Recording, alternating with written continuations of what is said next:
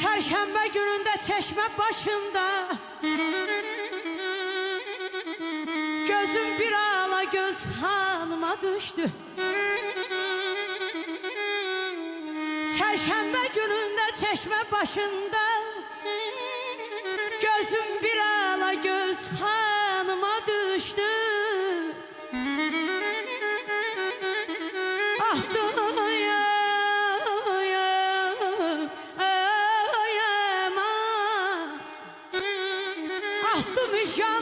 keçdi sinəmdən, cadu qəmzələri qanıma düşdü, qanıma düşdü. Ben askerim her elimden halıyam, ben askerim her elimden halıyam, gözden sen dertlisən ben yaralıyam.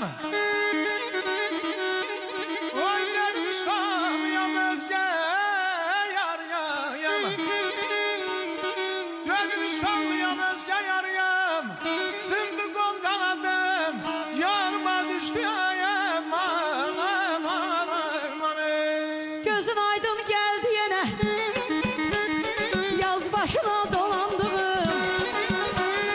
Gözün aydın geldi yine, yaz başına dolandığım.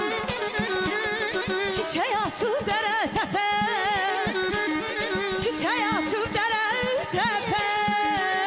Düz başına dolandım, düz başına dolandım, yaz başına dolandığım.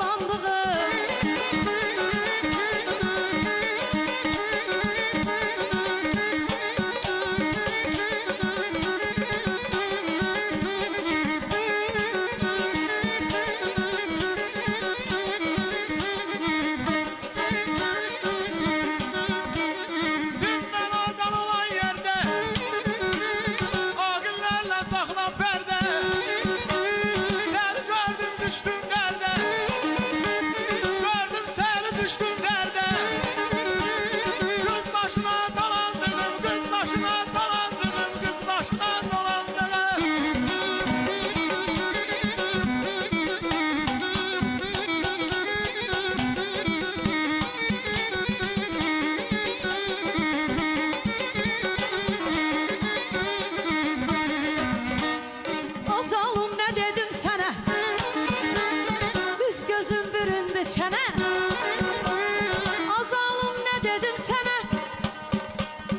üst gözüm büründü çene. Derdim çoktur etme beni, derdim çoktur etme beni. Naz başına dolandım, naz başına dolandım, naz başına dolandım.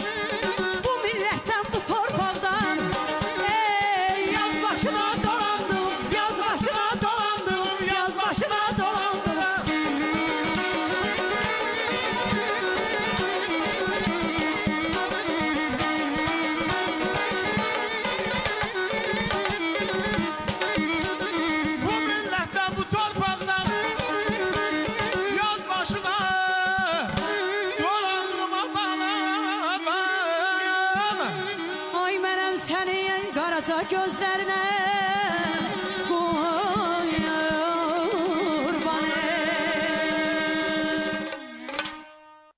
Bələzilərimiz Şirvan gözəlləməsini eşitdik. Xanım sənətkarımız Nişanə Baxşovaya və onunla tərəf müqabili olan aşığımız hörmətli Məharət Habiloğlu'na minnətdaram. Hava Şirvan gözəlləməsi kimi təqdim olunsa da bütün elimizin, Azərbaycanımızın gözəlliyi sanki bu ifanın içində bir gül çələngi kimi boy göstərmiş oldu.